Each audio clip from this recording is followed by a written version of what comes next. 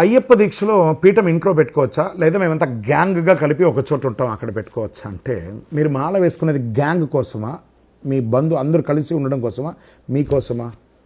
ఇక్కడ రెండు రకాలు ఉంటుంది.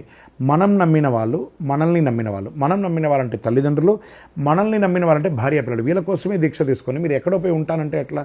మీ ఇంట్లోనే పెట్టుకోవాలి పీఠం. స్వామి మా ఇంట్లో సింగిల్ రూమ్, ఎవరికి సింగిల్ రూమ్ లేదన్నంత అబద్ధం.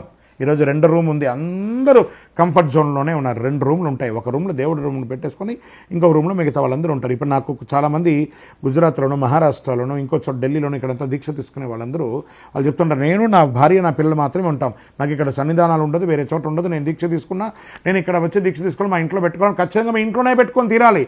ఈ విదేశాల్లో కూడా సన్నిధానాలు ఉండవు, ఎవరికి వాళ్ళు అక్కడక్కడ వాళ్ళ రూమ్లోనే శుభ్రంగా పెట్టుకుంటారు. కాబట్టి ఇంట్లోనే మీరు తీసుకునే దీక్ష మీకోసమే, కాబట్టి మీరు ఇంట్లోనే పెట్టుకోవాలి. ఇంకోటి, సరే సన్నిధానంలో పెట్టుకోవాలి అన్నారు కదండి, సన్నిధానంలో పెట్టుకున్నాం అనుకోండి, పెట్టుకునేటప్పుడు 1 రోజు 2 రోజులు 3 రోజులు బాగుంటుంది. మనం ఇంట్లో వాళ్ళతోనే చక్కగా ఉండము, ఒక 10 మంది బయట వాళ్ళతో చక్కగా ఉంటామా? నా డ్రాయర్ కనబడలేదు, నా బనీన్ కనబడలేదు, నా యొక్క టవల్ కనబడలేదు, నా బొట్టు కనబడలేదు, నా బెడ్షీట్ కనబడలేదు, నేను ముందర, నేను ఇక్కడ, నేను అక్కడ, ఎన్ని గోళలు ఉంటాయి.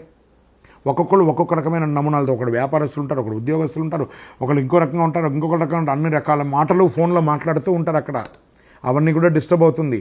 మనం మాల వేసుకున్నది ప్రశాంతంగా ఉండడం కోసం, కానీ గ్యాంగ్ అంతా కలిపి ఒక చోట ఉండి డిస్టర్బ్ చేయడమా? కాదు కదా. అలా కాదు, ఇంటిలోనే పెట్టుకోవాలి. మీ దీక్ష మీకోసమే కాదు, ఇంట్లోనే పెట్టుకోవాలి. శరణమయ్యప్ప.